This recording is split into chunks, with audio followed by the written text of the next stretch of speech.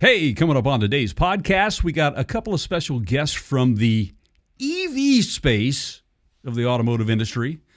We had a good friend of ours introduce us to these guys. You're going to like the show today. You're going to want to listen today.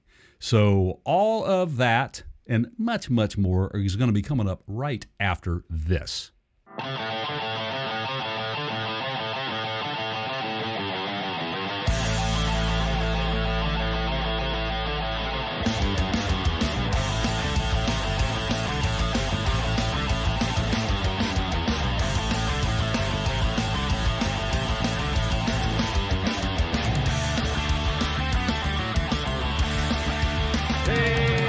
Everybody, welcome into the podcast, The Counter Show. Oof, we had that trouble again there, Keith.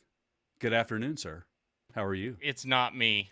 It's you. It's not you. Is it me? Are you sure it's me? I don't know. It's the software. What? I promise I moved the slider down and it just doesn't. It just waits and then it goes. Oh, okay. So you can fix that in post though, right? Sure. Yeah, right.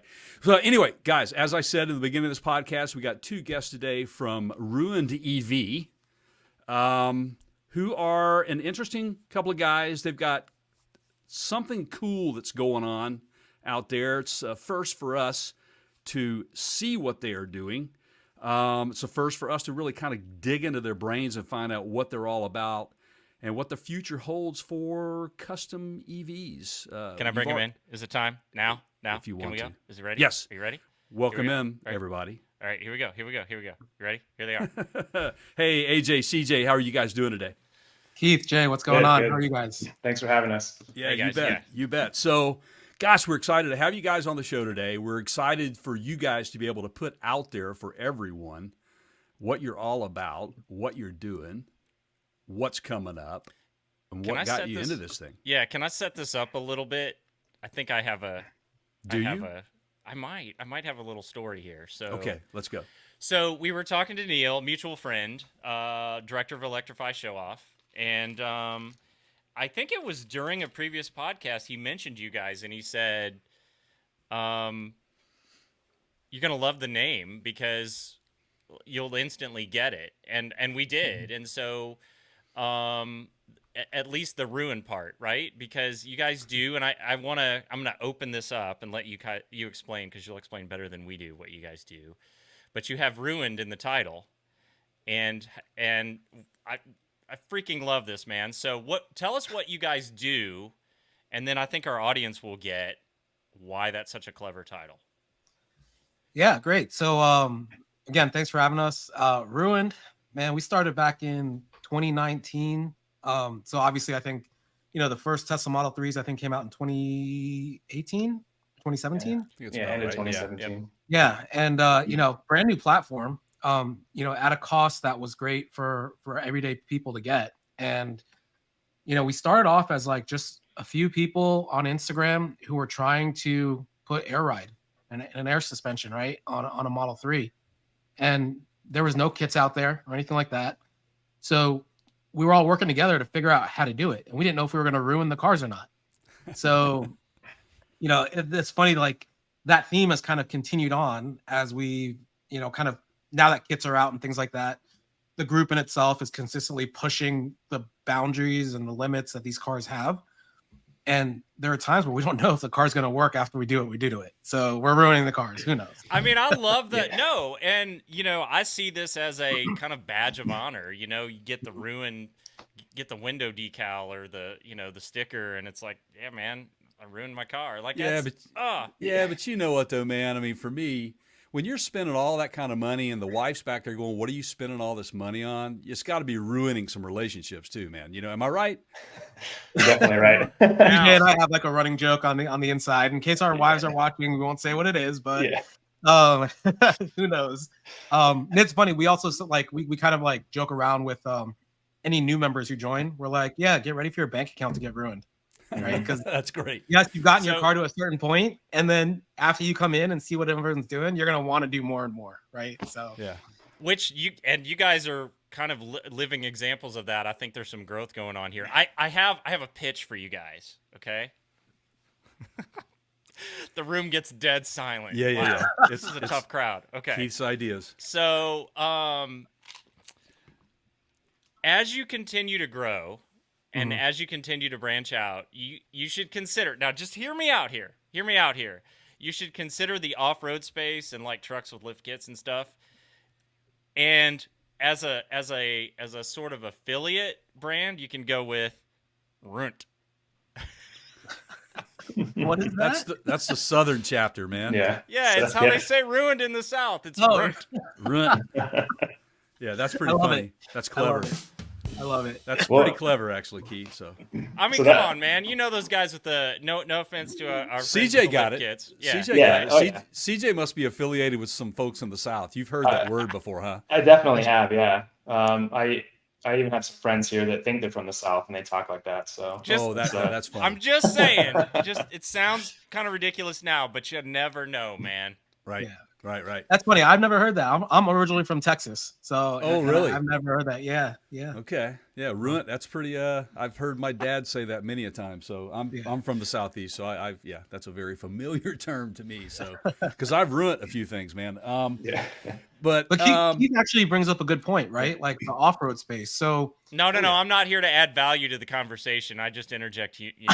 Sorry. No, go ahead. Yeah. Off-road. Yes, please. yeah, Continue. so like kind of getting back to Ruin and where we started and kind of where we're going, right? Is we started off as that small group just trying to help each other out. As like builds started to come around Teslas, it kind of became like a really like, I don't want to say elite, but like a very close knit, like hard to get in group, just on Instagram. And then as like the car shows and the events started to accept having EVs at their events, kind of turned into a show team that went nationwide. And then we brought 13 cars to SEMA last year, a couple of the year before, and then CJ and I realized like, hey, the EV space is a lot greater than just what's going around with Tesla, right? It's all the other OEMs, right? Like seeing Neil's Fords are amazing. His truck and his Mach-E, absolutely crazy, right? Seeing BZ's Porsches in the Toyo booth over there. It's like, and you got VW doing vans, and you got the Scout that's coming out that's going to be all electric. That VW's also VW. This program is sponsored by Volkswagen. Yeah. Everybody, no. yeah. Plus all the but yeah, conversion kits, all the conversions that are out there. Yeah. yeah. So Oh yeah, nobody's getting into this. I mean, what? I don't know, you guys. This is a complete like. I don't know what you guys were thinking. Nobody's getting into the EV space. Yeah. So what's interesting to me though is that we, when we met Neil back at SEMA, Keith and I were just both blown away with the availability of certain custom components for him, for that F-150 Lightning specifically. But when you guys started out, it had to be kind of limited as far as what was available to you, right? So you were kind of like, like rubbing sticks together to try to make stuff work, right? Yeah. I mean, like the group started on a bunch of DIY guys. We're all car guys first. We all came from either the Euro scene or the JDM scene. So most of us have experience ripping cars apart and, doing custom stuff, installs, you name it. So there wasn't a lot that was out there. I mean, there was a few aftermarket body kits that were out there. The fitment wasn't the greatest. A lot of AliExpress parts, fake stuff, fake carbon parts. So it was very, very limited. So guys are trying to get custom. Like you could really show your creativity during doing like your air suspension installs. But now it's a totally different game. I mean, there's so many companies out there that have EV parts, body kits, full interior stuff, exterior. There's even companies that tune the cars now. So Right. it's completely different from 4 years ago, 5 years ago. Absolutely. By the way, guys, I have no idea what has just happened to Keith. He's completely gone off the radar here, but that's fine. We can keep this show going here. Look, man, It's what happens when you ask what could possibly go wrong, right? right. So You may need to switch the screen there again, and carry on. That might I'm gonna help. figure out whatever's going on with my situation here. Right. Jay, So, you got this, my brother. I Oh, do. look, I it's do. fixed. Yeah, just like that. So, within an organization like this, to try to kind of figure things out collectively as a group, as members, you obviously share across the board all of the things that you've learned, that you're doing, that you want to do, which helps kind of increase that that membership base, I would have to think as well, but it also increases the need for more people out there, more companies to come and develop product for you guys in a niche, really for Tesla, for the Teslas, what you started with. Now you're going to be going into other things. So I guess my question from that is, now you have more and more people involved. I see that you have on your website several brand partners, and I'm going to try to read a few of these off, like Intuitive. Intuitive is one. You've got, and I think I'm going to say this correctly, CJ Customs. Is that correct? Yeah. Is that right? That's actually my company. Yeah. Is that right? Yeah. Okay. I thought that what it could be. You got Teslux and then Adro, and all of those are on board with you guys as brand partners, but they're in that space of customization, and they have been. Tell us about CJ.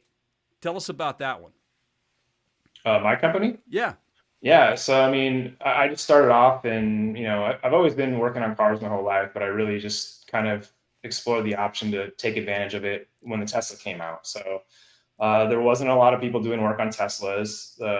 Most people were scared to touch the things. And back in the early days, I could see why, because you take it apart and you put it back together again, and it doesn't work for whatever reason. It's usually a 12-volt issue. But I kind of went beyond that, and besides just doing the basic body kit installs and that, I was getting with the custom stuff. So if someone wanted a dope like air suspension display with hard lines and lighting and stuff like that, that's usually what I would specialize in. So I've done a number of builds. I've done a few SEMA builds for cars that aren't Teslas.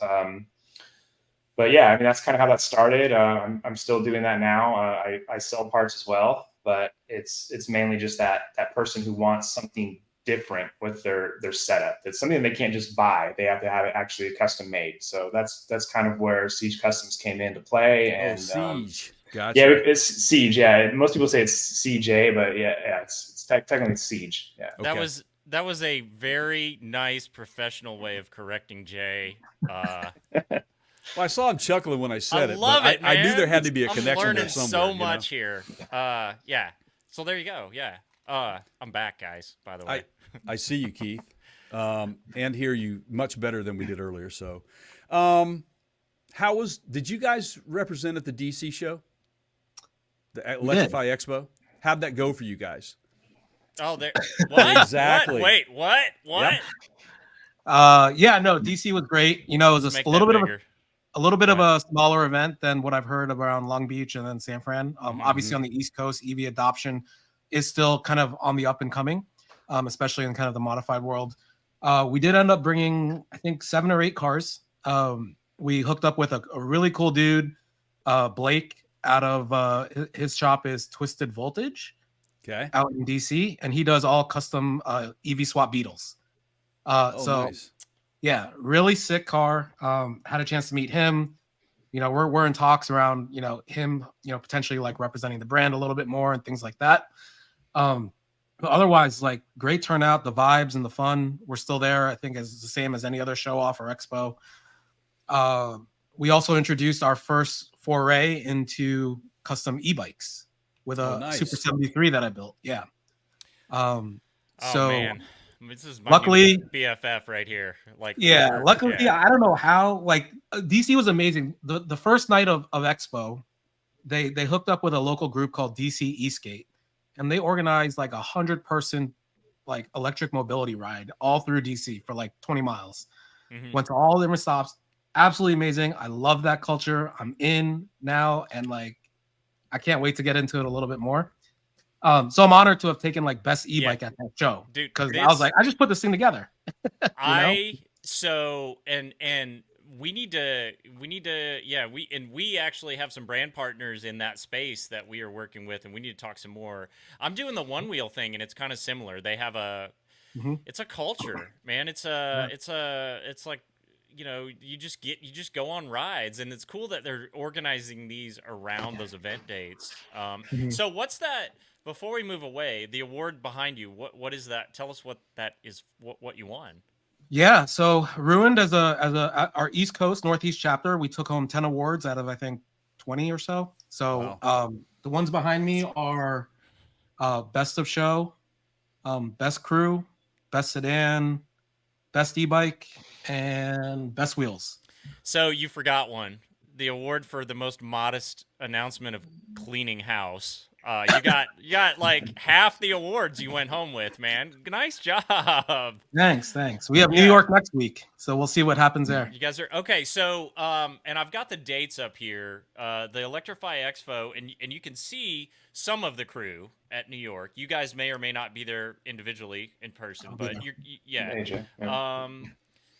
New York is August 12th and 13th. I had the location of that one. Let's see if I can get it quickly. That's Nassau Coliseum, I believe. Yeah, in Long there you go. Island. Nassau Coliseum. Thank you. Yeah. And then Seattle, September 9th and 10th, which you guys are probably not going to be at. Is that still the case? We won't be there, but we're going to have at least 5 to 6 cars that will be there representing Ruint. We will. Is it possible? Make sure we know who they are. And let's get some contact, and we want to go over and talk to those guys. We'll send you a social post in front of your own cars. Exactly. We'll call you out.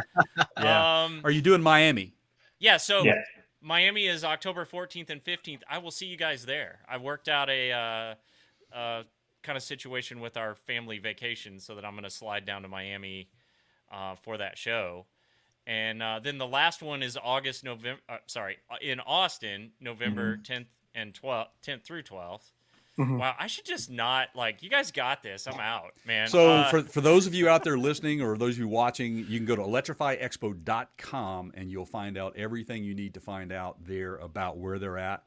And now, are you guys going to have anything at the Austin show? Oh, yeah. That's going to be the biggest one for us. Okay. So we're doing the West Coast cruise going out, the East Coast cruise going out.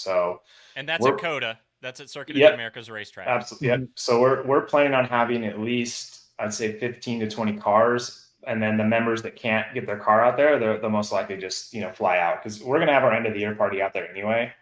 So we're just going to make a whole weekend out of it. Yeah, we'll be a party. I just heard party. Sorry. We'll be in, and you guys are not going to SEMA this year, correct? We're going to have members that are there, but AJ and I are not going to be there. We actually gave up our booth spots for Expo instead. So we're kind of committed to the whole Expo tour this year. That's why we're focused on taking best crew at all 7 stops. That's kind of the goal that we have. Not the first time we've heard this. And this is great. I don't, for what it's worth, interesting. Because you're not alone. It's such a dramatically growing sector of the industry, man. I mean, I jump on it while you can, so I totally get it. I am a little disappointed because I won't be at any of the shows that you'll be at, so I guess I'll have to wait and meet you in person maybe next year on the tour. But I can bring a little cardboard cutout of you with me, Jay. Yeah, a fat head. Give me a fat head. Sit around and talk and have you. I can do some pre-recorded drops of Jay-isms that. I'll head out there for a couple of days for SEMA, but not with the car, just to check it out. Okay, we'll be there. We should definitely, I don't know, do something together. Content. Sure. There's always it doesn't matter if it's on camera or off. I think, exactly. I might have to have Neil call my wife and tell her that I got to go work at SEMA. An emergency. Yeah, we really need him, man. Right. Yeah. So, speaking of your memberships, okay, how many do you have in your overall right now, total membership? So we have total members, we have 65, but only about 40 of those are active members. So either a lot of members either moved out of country or they've sold the car or the car's been retired or whatever. So we have about 40 that are active. So that means. Go ahead. That means, sorry. Active, basically, we define that as going to shows, active on, the social media platforms. Okay. That's kind of what we consider. If somebody wants to become a member, what steps do they need to take? Well, there's an application process on our website. Really for Teslas, we've become a lot more strict. In the past, it was like you just had to be bagged and maybe a nice set of wheels, like a clean set of wheels, and you're in. That has consistently grown to becoming more difficult to start to weed out, different cars. So it's for Teslas now, it's really, you have to have something that's custom. And that really makes your build not just a typical kind of off-the-shelf parts build. that you know, a lot of Tesla owners have. So it has to be something really custom, or something that just So- stands out. Serious warranty voiding here, not just light warranty voiding, right? Just to be Car clear has to be here. ruined. Okay. Yeah, has to be ruined, it's yeah. gotta be There ruined. you That's go. it. Yeah. Well played, sir. Yeah. And Yes. then so if, And I was gonna say, as we move into like the other EVs, right? We have a couple of other EVs already. We have a Mach-E. We've got I don't know what kind of car the Conductive Classics car It's is. a Ford Galaxy. Galaxy. Oh, Ford okay. Galaxy. Oh right, Okay. you guys mentioned that to us when we talked originally, and I was fascinated because that was my first car as a 16-year-old. Yeah, I can't wait to see that one. Yeah, Yeah, it's he'll a be in beautiful- Seattle. Okay. Oh, perfect. Mhm. I'm glad we planned that. and so for someone to join, if they want to see if they meet the criteria, they just go to your website and just contact you that way and then go through the process. Yeah, it's kind of like filling out a car show form. So they'll put all their mods, their contact information, they'll upload pictures of their car. And then we have a panel, like our leadership panel will review each car, and we all kind of use our own input to almost score it as if it were at a car show. Right. Mhm. And then we average out the scores. And then if it meets a certain threshold, then, you know, we get to know them a little bit more. And if, you know, obviously the person being the most important piece of it, right? Like, are you a good person? Right. You know, then yeah, we'll bring you in. Gotcha. And you got some changes to your the face a little bit. We were speaking off camera before we started. So the website they would go to now would be what? So the site you're going to go to starting probably next week is going to be ruin.cc. Okay. And by the time this podcast airs, both on the video side and on the audio side, I'll bet you guys will have that up. And we can probably coordinate that to make sure it comes out Yeah. coincidentally right about the same time your new website hits. It's a good thing we planned that. Yeah, so ruin.cc. Awesome. Sorry, Okay. sorry, CJ. Did I cut you off? I didn't mean to. No, not at all. But Yeah, because we're rebranding, right? So as before, it was like Ruin Tesla. Yeah. We're Ruin CC, you know, based off of what we learned at SEMA. There's a lot more to the EV space. Shoot. We want to be involved in that. We want to be involved in the e-bikes, e-motorcycles, right? Everything that's part of like that really cool culture. Bring it all together and be brand partners, you know. So, and companies. Yeah. I'm not going to hold you to this, but Mhm. since you did the Super 73, is it possible in the future if somebody wanted to ruin a different kind of an e-bike, or if I wanted to ruin my one wheel, or, you know, could that potentially be considered for membership? Or does it have to be four wheels? Yeah, so absolutely not. Yeah, totally. We just CJ and I met yesterday with a big Super 73 influencer, actually an e-bike influencer. His name's Shreddy McSkate. Really cool dude. Got a chance to meet him out in DC. He's all about it. He's got a great YouTube channel. He wants to be part of it, and I don't think CJ knows. Keith, you might know. I'm sorry, Jay, you might know. Have you ever heard of a guy named Javier? He's a big one-wheel influencer. He's planning a whole trip to cross the country on a one-wheel. I'm betting Keith has. Let's see. Keith, sorry, yeah. Honestly, we get each other confused all the time. AJ, don't. But I'm we, serious, don't. I'm like, did you say that or did I? It's Keith is like, I mean, if it's got a wheel on it, man, he's riding it. It doesn't matter if it's a one wheel, four wheel, six wheel. It doesn't matter. He's on it just to try it. Basically, if it scares my wife and looks dangerous, you know, I'm doing kind of. And then, you know, having a 13-year-old and that sort of, you see there's things you want to pass along and there's things you try not to, and you know, yeah. So anyway, I'll. So, are we talking about Javier Starks? Is that the guy? Okay. Yep. Yeah. Yeah. So had a great chance to meet him as well at DC and loved his vibe. And so he actually just messaged me yesterday. He goes, "Man, I think you're gonna make me get a Super 73." And I just started laughing. Right? I was like, "That's what we do. We ruin wallets." Yes. See, But, I mean, that's such a perfect name. Ruin. Yeah. So like he wants me to help him design and build a bike with him. And you know, he's a big one wheeler. I think the guy who did my custom metal wide body is going to do some custom stuff for his one wheel. And then we're going to build that bike, and we're going to talk more about it at New York. And I'm excited. Like he's all about representing the brand too. So, Hey Jay, in case any of our brand partners are listening or watching, did you hear that these guys are getting into mod custom bikes and I potentially heard that. Yeah. taking on projects to, I'm just okay. Sorry. Oh, whoops! Did I say that out loud? My bad, guys. Yeah, we actually just partnered with Jackrabbit Bikes as well. Okay. So I think we had like 7 or 8 different members purchase bikes with them, and we're going to build them, right, to showcase the aftermarket for that as well. Do you have a so I'm a huge e-bike fan too, and shocker, and so do you have a preference over kind of the rear hub design where it's power from the rear wheel versus getting power from the crank? And is it like sort of you don't care, you'll just mess with anything, or what's your? I'm just learning right now how to mess with these things. Okay. So I know CJ hasn't really gotten into it yet. His Jackrabbit's coming soon, but I just got it today. I just got it. You're gonna be just yeah. We need to have you guys on again. When we're at the show or when the next time we're together. I can't wait to get your kind of like the now versus then. That's your first e-bike, right? The Jackrabbit. Yeah, and I think a lot of us got the Jackrabbit because it folds nicely and you can actually fit it into your car. So we could take these to the car shows, and then we could have a modified e-bike next to our modified car. So it's kind of like the best of the best, and we're at the show all day long. Might as well be riding around doing something cool, Yeah, what a weird, it's so funny that, Yeah, so funny, man. It's sorry. These are things we've been preaching forever, you guys, and it's like, yes.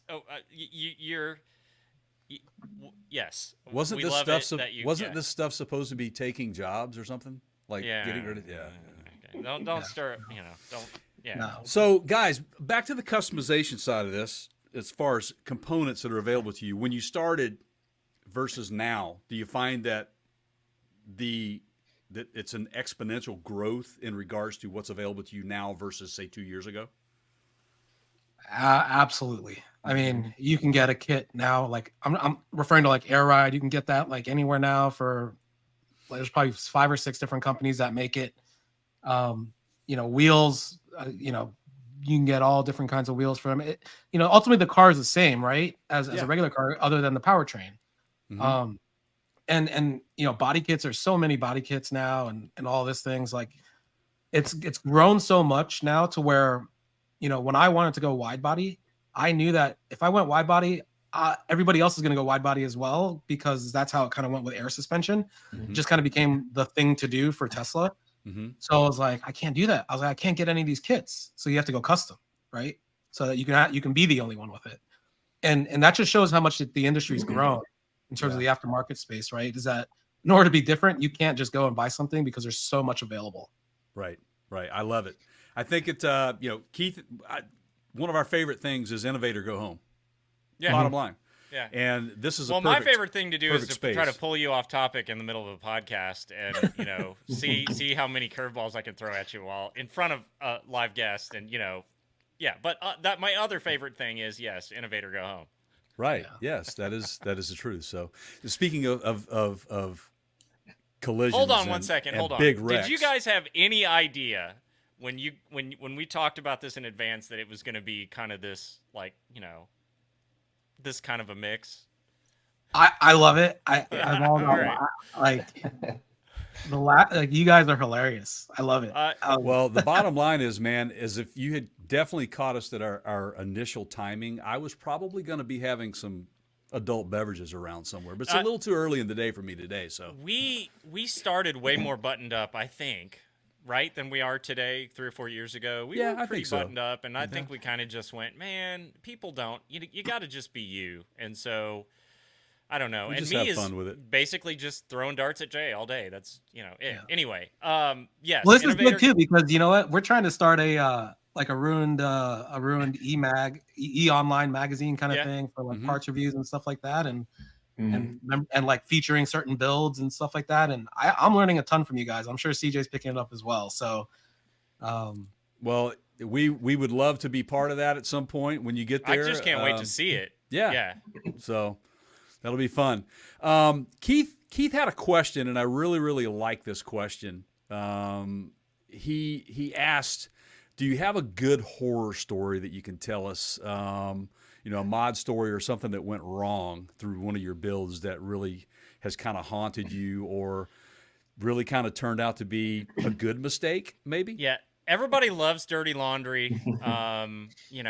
It's, I don't know. I mean, you can't have the name ruined, or you can't have ruined in the name and not have some good ruined stories, right? What's one that that you're able to tell that won't get anybody sued?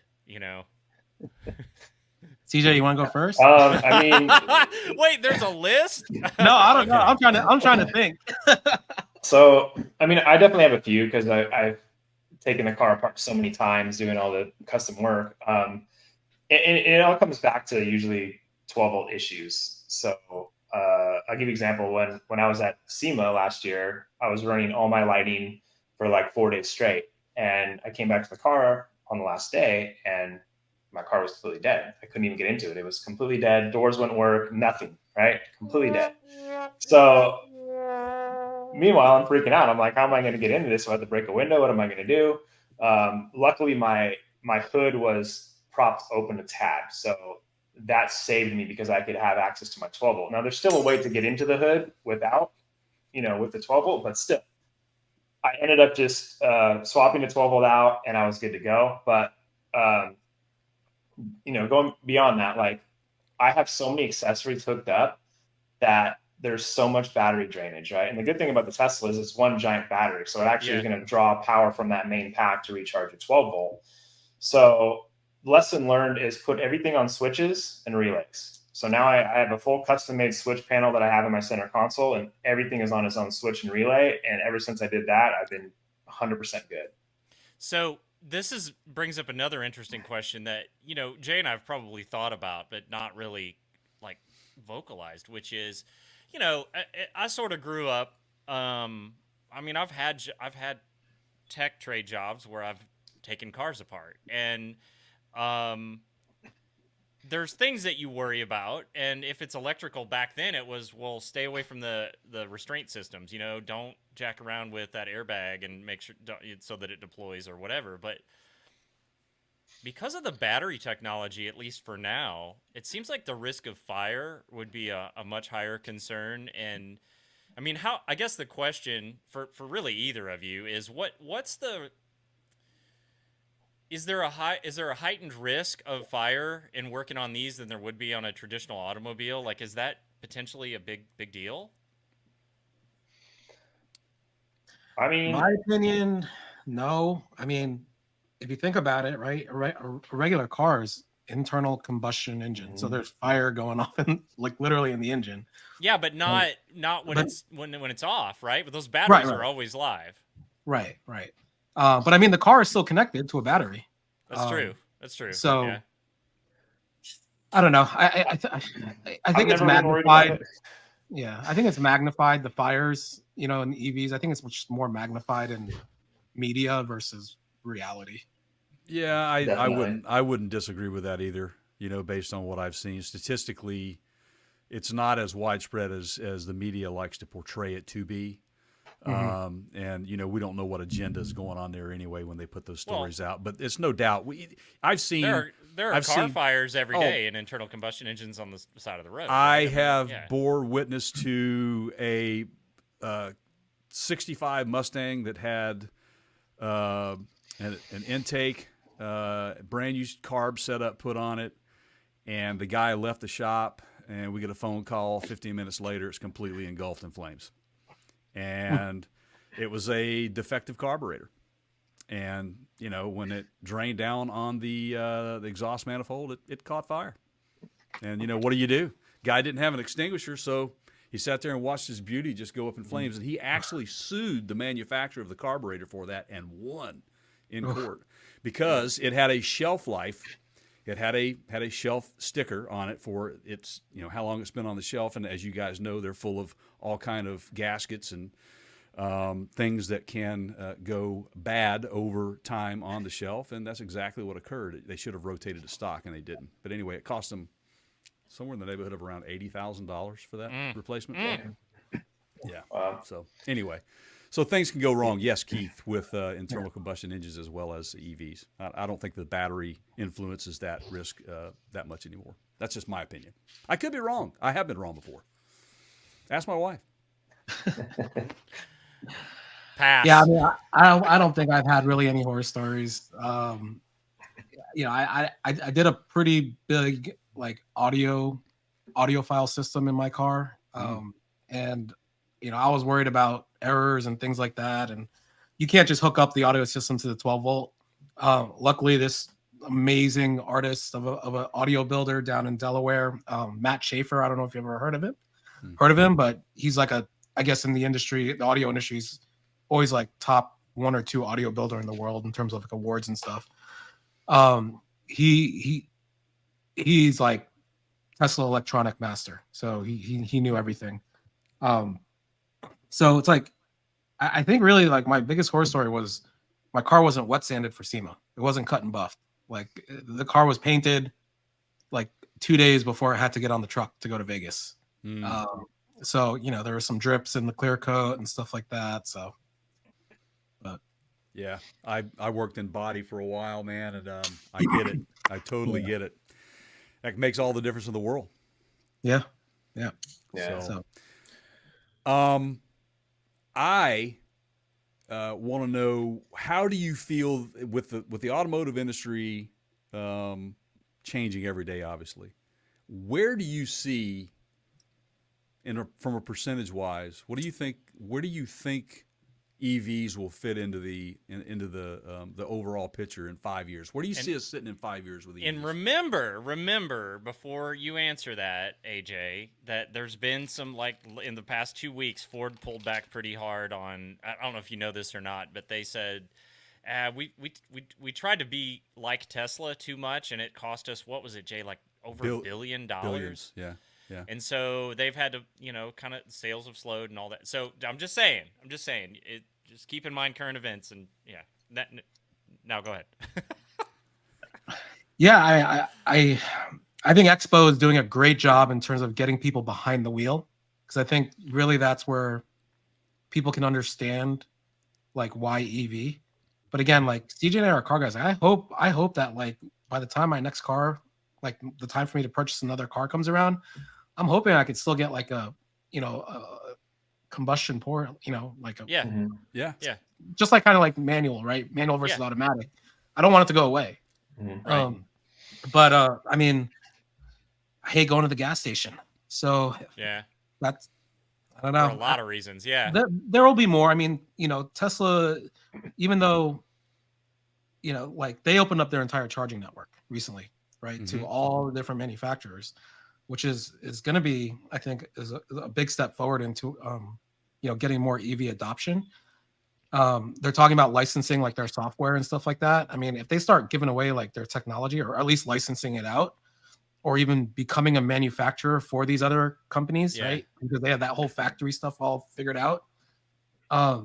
It could drive a lot of adoption, but think about it from standards, right? So you have, we're all old enough to, remember, like I've seen changes at the fuel pump over my lifetime, like just, in the sort of reclamation technology that they put on them now for exhaust and whatnot, and the safety stuff, I mean, I'm not saying you can't do it, but it's pretty hard to like make problems at a gas pump today that are safety related versus probably what it was 15, 20 years ago. And that's probably a lot of the challenge right now with electric charging is people they try to hook stuff up that they shouldn't, or they don't hook it up right, or they're using the wrong adapter, or they're trying to hook it up on a, Tesla network and it's not approved for that or whatever. And there's not really a standard, but that's just because we're early on. I mean, we'll get there, right? Yeah. I mean, that's, Yeah. Well, I think the adoption will happen like more and more, but I don't know a percentage. It's hard to say, Well, I think that it's going to be huge by 2030 myself. That's my opinion. Yeah. Keith asked me a question on a past podcast about, do I think that we'll meet that 2035? Will we see gasoline engines go away or internal combustion engines go away by then? And absolutely not. We can't. We don't have we don't have the infrastructure to support that yet. It's coming. So Yeah. the other thing too is that I do believe that you have to realize that certain vehicles are purpose built that would require a combustion engine over an electric propulsion system. So I think that as we move along through this and we see more and more improvements with range, battery life, volatility, et cetera, those sorts of things, those questions will be put to sleep as far as safety, viable, whatever down the stretch. And then you've got Tesla mentioning, entry level versions for price wise. GM's doing it. Ford, they're all doing it. So you're going to see models out there available to people that can afford them. When you start getting over $100,000 for a vehicle, obviously the average person is not going to spend that kind of money on it. But when you start backing off to say the $35,000 to $45,000 range, they'll jump all over it. In my opinion, it's kind of the current luxury. Okay, so like it's interesting you say that it's like the current luxury.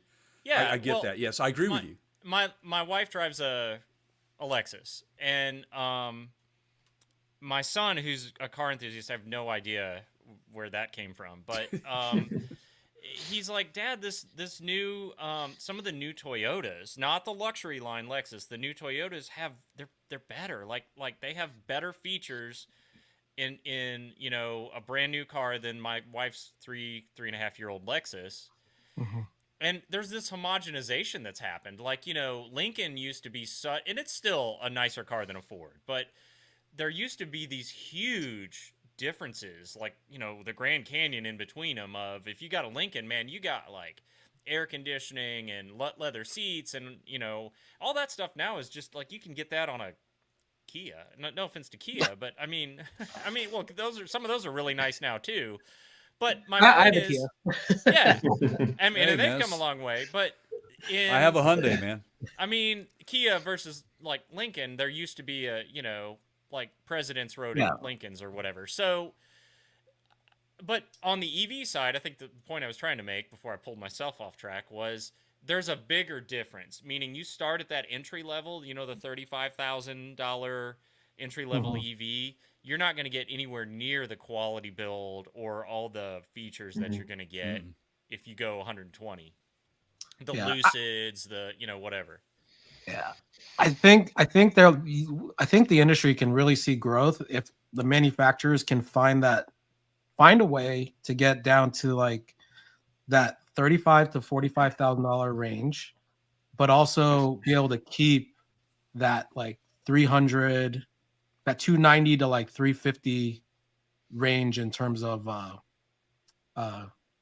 battery life, right? Distance. Yeah. Right. I think that's from there, like, because right now the EVs that you can get that are at that $35,000 range, right? They're 220 miles of range, right? It's which realistically is like 160 driving conditions. Yeah, it's reality. Right. Yeah. So. I think solid state battery technology is definitely going to be the answer to a lot of these issues that they're having, obviously, with range. I think it's going to be a game changer. Toyota has been one. Keith and I love to watch what Toyota's doing. They took a lot of flack over the early stages of this EV push for not coming out with electric vehicles, and they're in the background watching what everybody else is doing, and then all of a sudden they reframe everything, starting with the Tundra, and then the Tacoma, the 4Runner now, and then now they just released the new Land Cruiser, which is pretty amazing. And oddly enough, it's only going to have a hybrid engine in it. That's it. It's that 4-cylinder, I think it is. I think is what it was. If I read that 2.4 liter hybrid engine, I think in that. Have you seen that, guys? Have you seen it? The new? Oh, it's amazing. It looks great. They've got one. It's called the 1958 model, and it's basically pays homage to the original because it entered the U.S. in 1958 for the first time, and it's got the round headlights. But then you've got the more modern versions, the TRD packages that have the. It's more of a beefier. It's built on that. I think the Lexus platform basically. It mirrors that, So what Toyota is doing, though, they are in the background developing battery technology, and they are said to have a battery technology that could get up to 900 miles of range. Wow. So when that will hit, I have no idea, but it's definitely different battery technology. I'll send you guys that article over on that. It's pretty interesting to read. It's been just as the past 24 to 48 hours all over the news cycles. So it's, and Toyota is one that we always say on this very program. It's like, we promise you guys, they're not doing nothing. They were late, seemingly late to the EV game. Ford had their EV. I mean, everybody but Toyota, it seemed like. Yeah, you could get a hybrid. You could get a Prius hybrid, but they were late. But we just went, nah, something doesn't add up. Like, they're working on something, and I think it seems like they're hedging their bet on second-gen battery technology is what it seems like. Cybertruck. Give us some love on the Cybertruck. Tell us about the Cybertruck. I want to know, what do you guys think on the Cybertruck? Will you ruin? I want to hear it right here on our show. Absolutely. Will you ruin a Cybertruck? Yeah. Yes, so love it. We have a bunch of members that are already have their reservations in, and the cool thing I like about the Cybertruck is, half the people that mod it are going to lower it, and the other half are going to, raise it, lift it. Mm-hmm. So you're going to have that off-road section, and then you're going to have your lower previously established as Ruint. Okay. Exactly. So, I mean, we're really looking forward to it. I have a reservation. One of the early ones, I was actually at the event when he broke the window. Oh, so nice. I saw that live. It was pretty cool.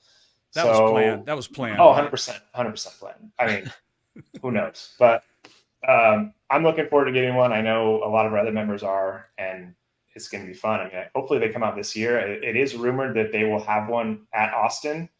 So a lot of the guys will get to see it there. Hopefully that's like their production model, because I don't think we've really even seen it yet. I mean, who knows? But we're excited. I'm getting irritable about that topic. I feel like I need to see these on the street, man. Right. I Well, had a they're out Hummer there. EV pass me the other day, and I'm like, okay, now everybody else has got it out, right? But yeah. I'm personally seeing Rivians, the R1Ts, and I've seen a lot of R1Ss here lately, and I love what RJ is doing with Rivian. I love the product. I think it's very cool. I actually took a ride in a F-150 Lightning the other day at DC. Love that. The Rivian, there's a whole group of them out there in the parking lot. I got a chance to check them out. I love that too. I'm kind of waiting on the Cybertruck for the price point to see what that looks like and kind of how that compares. But that's my next vehicle. I want an off-road vehicle.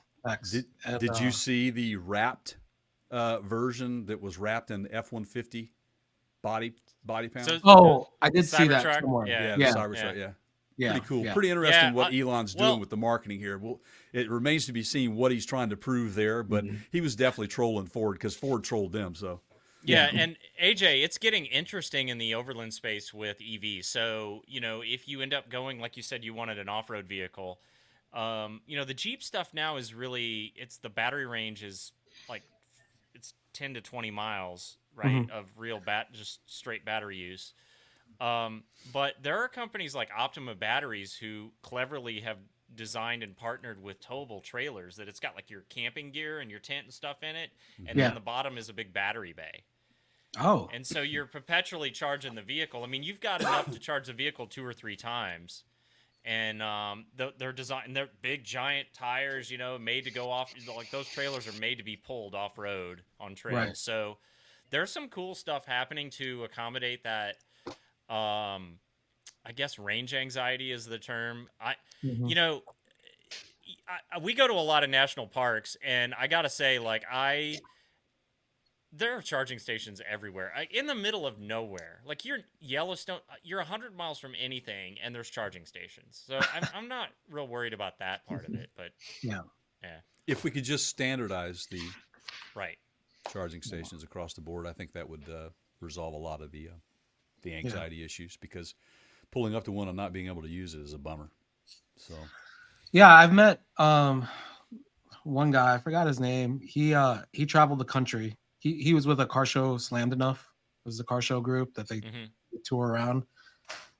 He drove his car all over the country. Every state was his goal, I think, 2 years ago in his Tesla. And he did it just fine. We have one of our members who drove from New York to Las Vegas for SEMA 2 years ago. Did it just fine. Me going down to DC, I charged once. I was good.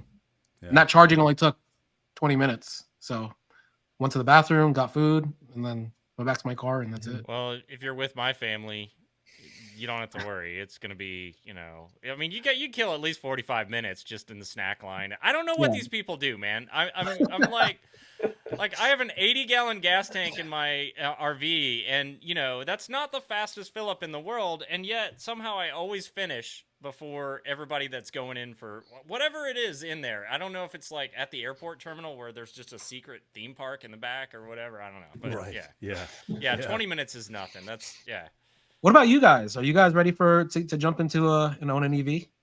Oh, absolutely. I would do buy it. one in a heartbeat. Yeah, I have no qualms about that at all. I just want to wait for the next generation.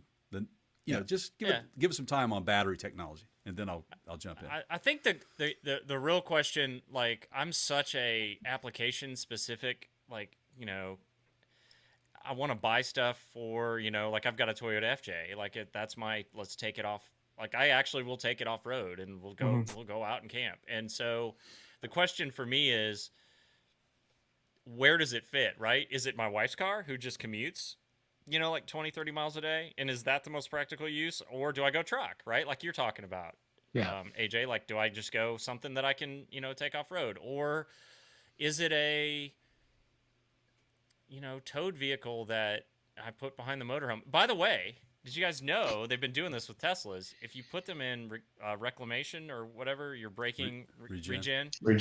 They flat tow them behind like a motorhome, and it'll just recharge your battery. Oh, I mean, now almost, and depending on what speed, almost to supercharger speeds. Wow. Yeah. So I mean, I would do it. I mean, and I would even my 13-year-old, like as a first vehicle, I'd be fine with him having an EV. I'd limit the crap out of it so he can't because we all know what those things are capable of, but I'd be otherwise fine with it. Yeah. My oldest son has an F-150 Lightning reservation right now, but he also drives an old But qualify Chevy. that. I mean, he's an adult. Like he's not, he's in his 30s, yeah. He's a geek, man. I mean, he's a total into it. He would fit perfectly into your club as a member because he likes to tear stuff apart and put it back together the way he wants it. So maybe I need to reach out to him and say, dude, go talk to these guys and go ruin your Chevy Volt or whatever you got, man. He's got a Chevy Volt right now, so he loves it. I mean, he drives that thing all the time, but he really, really wants that F-150 Lightning. So when I drove it, I kind of fell in love with it.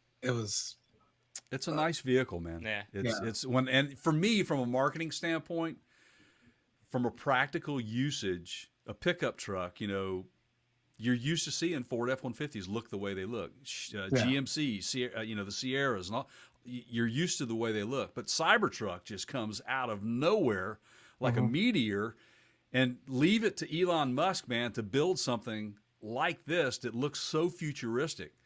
But my fear with that is that he's taken so long to get it to market, has some of that, fondness of the idea kind of worn off on some people, and are they losing reservation holders?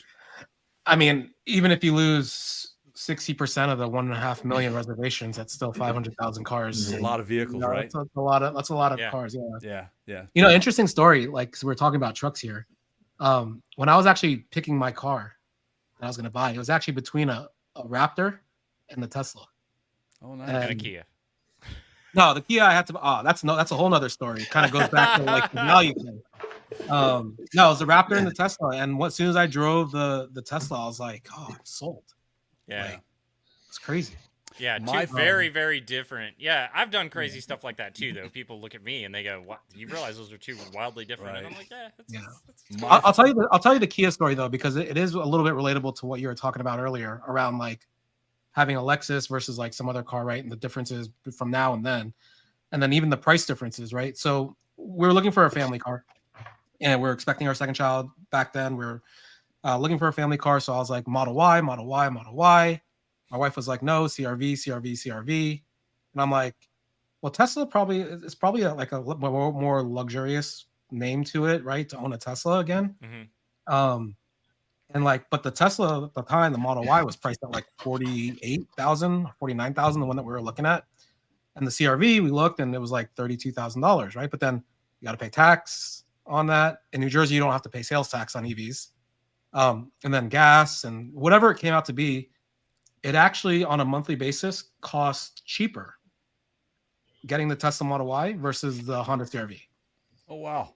And we went back and forth, back and forth. Ultimately, Tesla started raising their prices, right? Inflation happened. Prices went up. Didn't make sense anymore. And so we got a Kia Telluride, which is what we both liked. And So. those are they're nice, man. Yep. Yeah.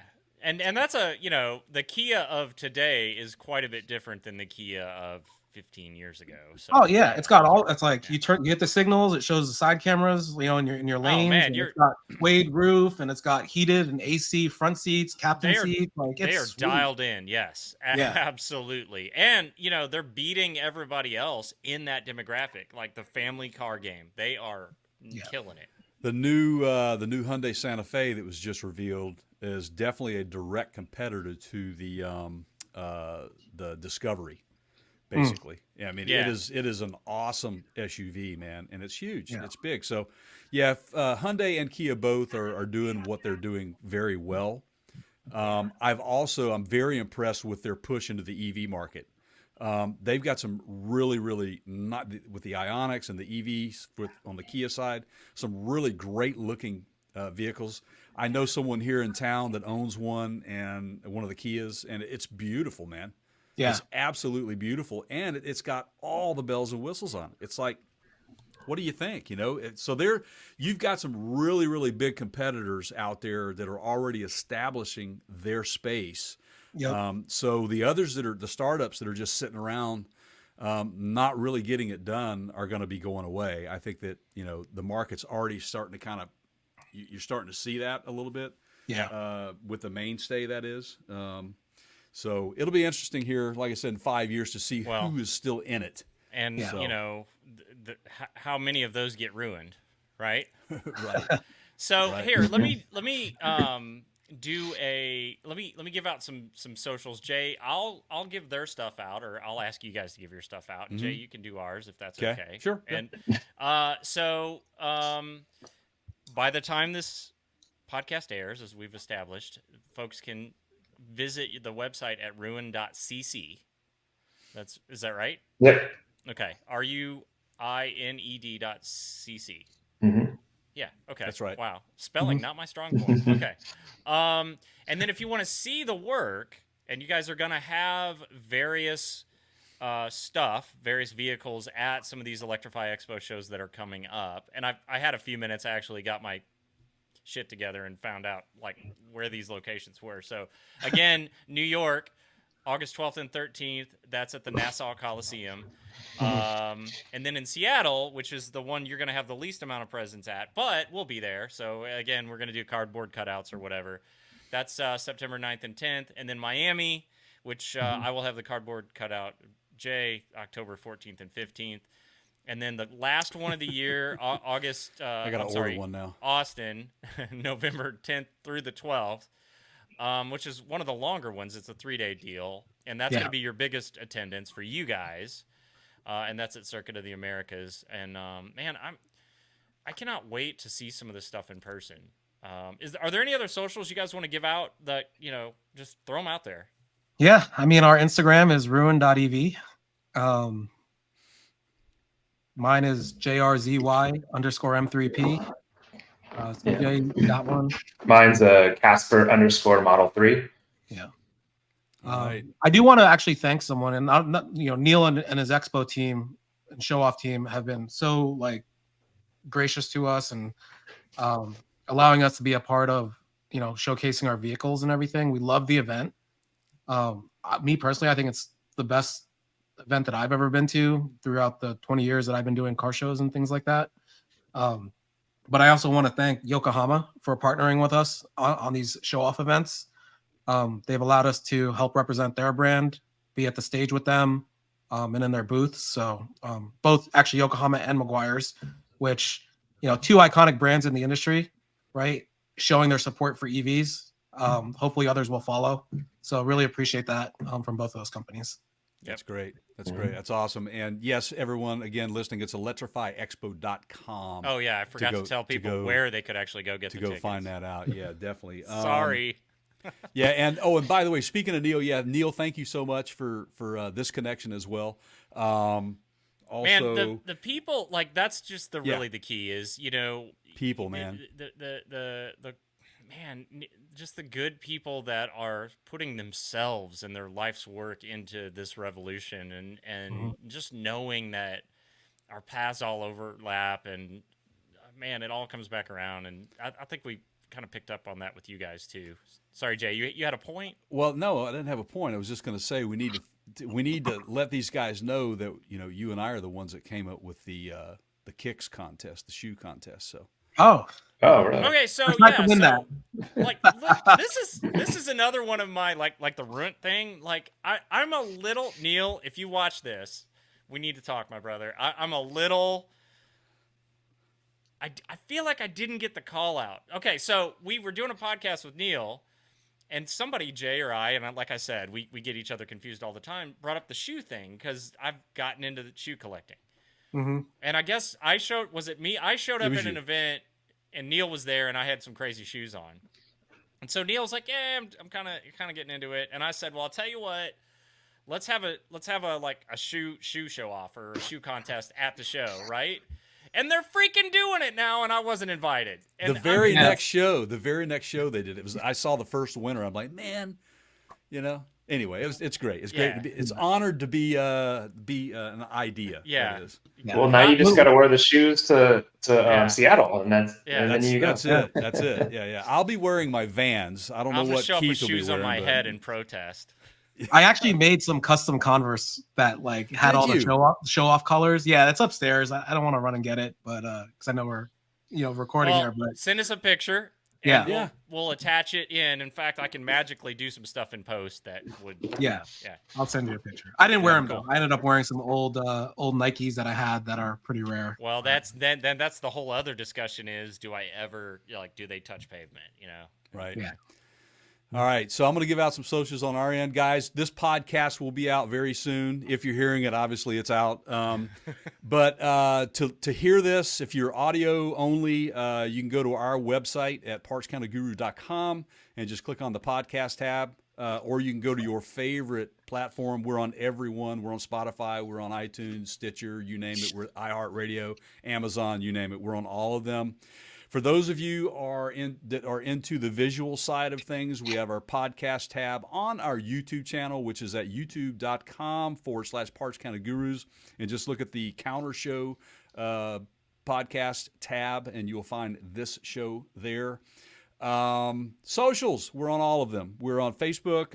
We're at facebook.com/PartsCounterGurus. Instagram, we are at Instagram. We're at The Counter Show, and we are also now on Threads. Keith, you do not know this, but we're using the same handle, Threads. We are at partscounterguru.com. Right. Yeah, you didn't know that, did you? I did not. Yeah, some new fancy platform like we don't have enough, right? Sounds interesting. Yeah, we're on TikTok as well. What are we over on TikTok? Parts Counter Gurus? Just go to our website and click on the TikTok. You'll find everything on our website. Go to partscounterguru.com, guys. So there you have it. Thank you guys so much for taking time out of your very, very busy schedule. Keith and I have thoroughly enjoyed having you on, and I will say this today. This invite will always be open for you guys to come on. If you got some new things happening that you want to get out there in the world of the automotive industry or any specific world that you want to be on, strange new worlds, whatever. And events, man. We are all about getting together and doing some content at these various, whatever they are, trade shows, events. You have it. And I'm looking forward to seeing you guys in person. Thank you guys for laughing at my jokes. Yeah, no, thanks for having us. This was a lot of fun, a lot more fun than I expected. So this was awesome. Oh, good. Yeah, thank you. I like to hear that. Yeah. That's good. Yeah, but thank you guys so much for that. Keith, you want to take us out? All right. So for you new guys in the room, I try. to always impart some sort of inspirational remark at the end. Sometimes they're funny, sometimes they're motivational. Great It just- one. it just Great depends, one. right? Yeah. No, not that. But I don't know. I just feel like it's good to end on a high note, right? The last thing you hear, kind of, right? So, because you always remember the last song at the last concert you're at. All right. So this one is for you guys, and it's a kind of an old adage. I find that the harder I work, the more luck I have, and I think you guys are really lucky right now in the sense that you've worked very, very hard to get where you are. That those awards behind you, AJ, are no. That's exemplary of that, right? So you guys are extremely lucky, and by that I mean I know you guys are busting your tails and you've worked really hard to get where you are, and we're looking forward to seeing more of that out of you guys, and we just can't wait to see where this all goes. So remember that, everybody. The harder you work, the luckier you are. All right. For the Ruin crew and my pal Jay over there, I'm Keith. Thank you guys for watching and listening. We will see you on the next one.